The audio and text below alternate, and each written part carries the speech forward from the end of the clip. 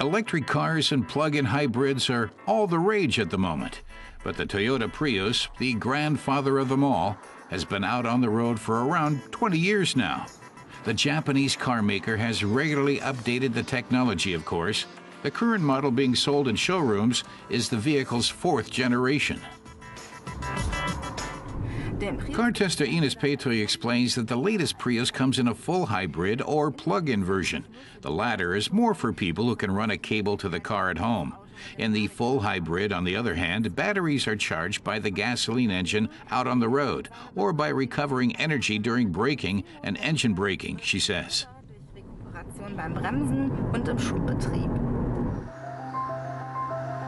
Ines is taking out the full hybrid, self-charging variant of the Prius. Its power is provided by a 1.8-liter gasoline engine and an electric motor that can also work independently of its internal combustion counterpart. A secondary electric motor converts power from the gas engine into electrical energy stored in the batteries. Altogether, the system puts out 90 kilowatts of power. The Prius can hit 100 kilometers an hour from a standstill in 10.6 seconds and has a top speed of 180. Toyota says it burns just 3.3 liters of fuel per 100 kilometers. Ines says that over the years, Toyota has managed to make the hybrid feel more and more like a standard internal combustion engine car. Drivers can choose different driving modes, among them environmentally friendly eco mode, a normal mode, and a power mode for when you want a little more juice. The latter really gives the car a lot of zip. There's also a purely electric mode for when the car is traveling at low speeds. However, the full hybrid only manages that trick for around 2 kilometers.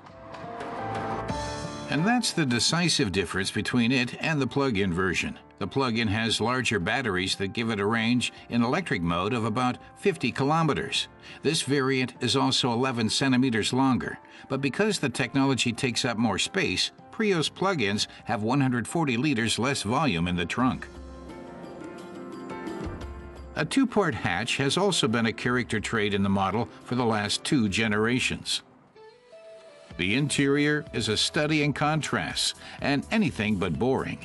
The dashboard display is narrow and sleek. A lot of the important data appears on a high-tech central console. The shifter also has a futuristic look and feel.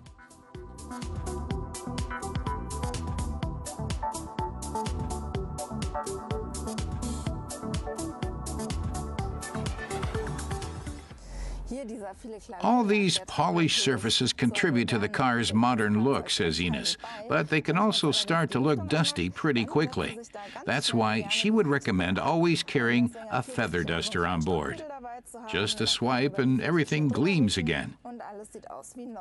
The displays also make a very modern impression, especially the one up here on the dashboard, which lets you know what's going on in the car all the time.